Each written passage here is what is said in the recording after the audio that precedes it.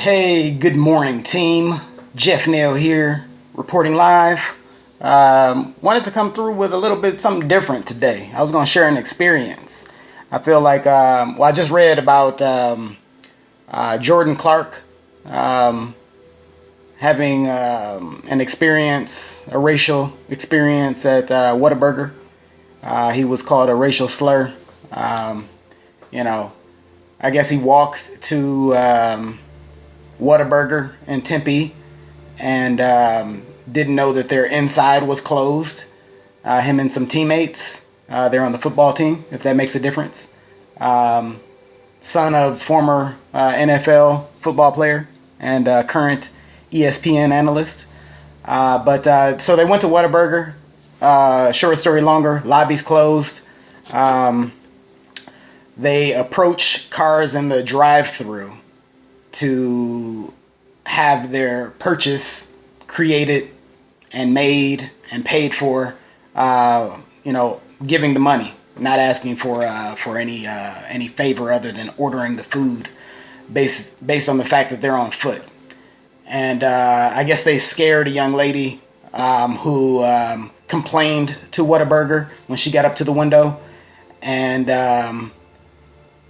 her food was comped for her pain and suffering, I suppose.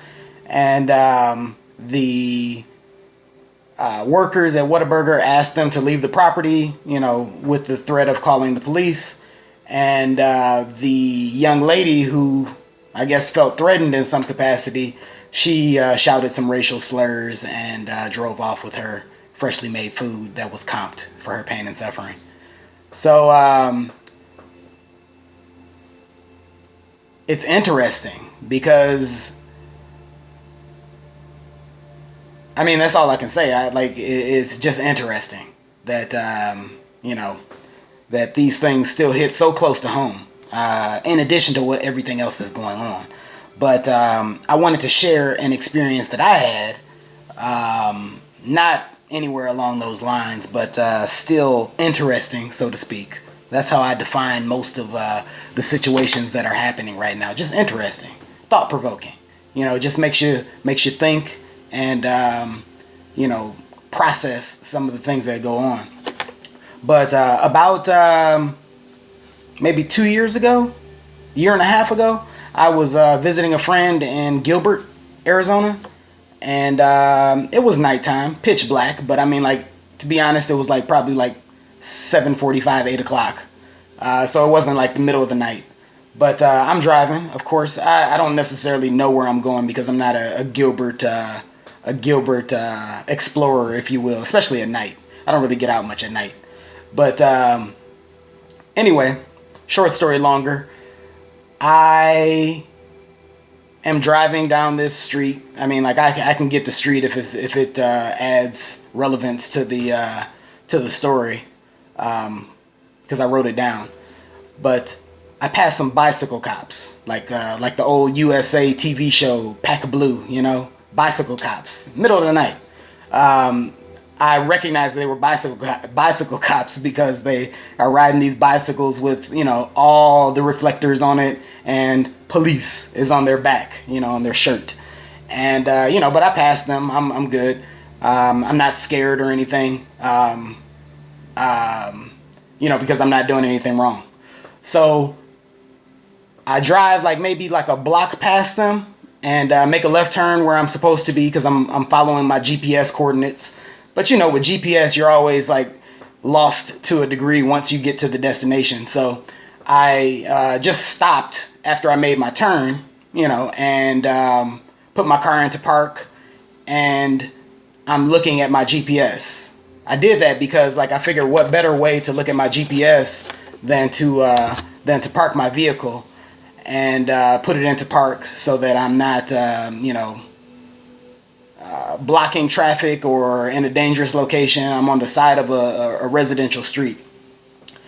And these cops, the bicycle cops that I saw, I guess they took a shortcut when they saw me turn, and they caught up to me.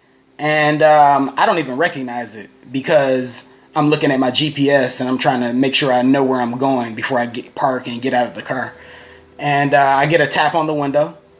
And I look up, and like it's the bicycle cops, as I mentioned, and I crack my window. And the funny part about it is I'm playing classical music. Like I have this classical music blaring, like, but all my windows are up. So they didn't probably hear the classical music until my window went down. And because I'm not like blaring classical music like super loud. But anyway, the window goes down. I didn't turn down my music. It's just classical music playing, and I think that was a little bit different, if you will, based on some stereotypes.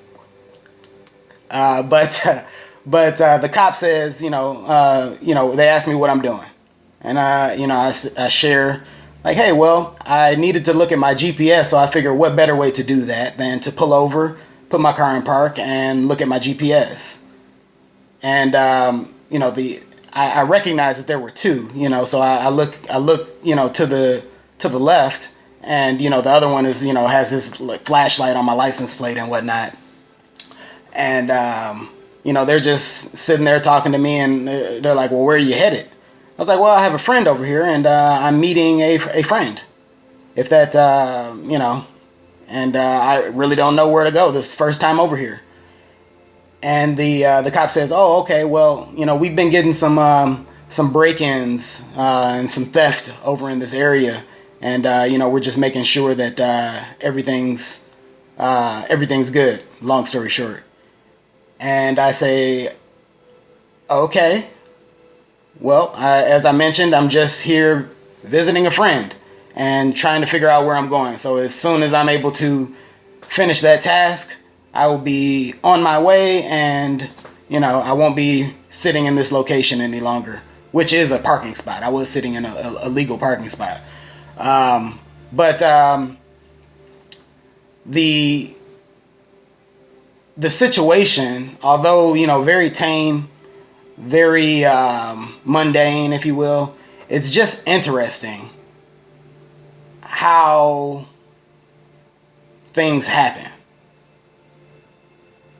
Because like at the time I passed these bicycle cops, I have my dome light on, and regardless, you can see my silhouette.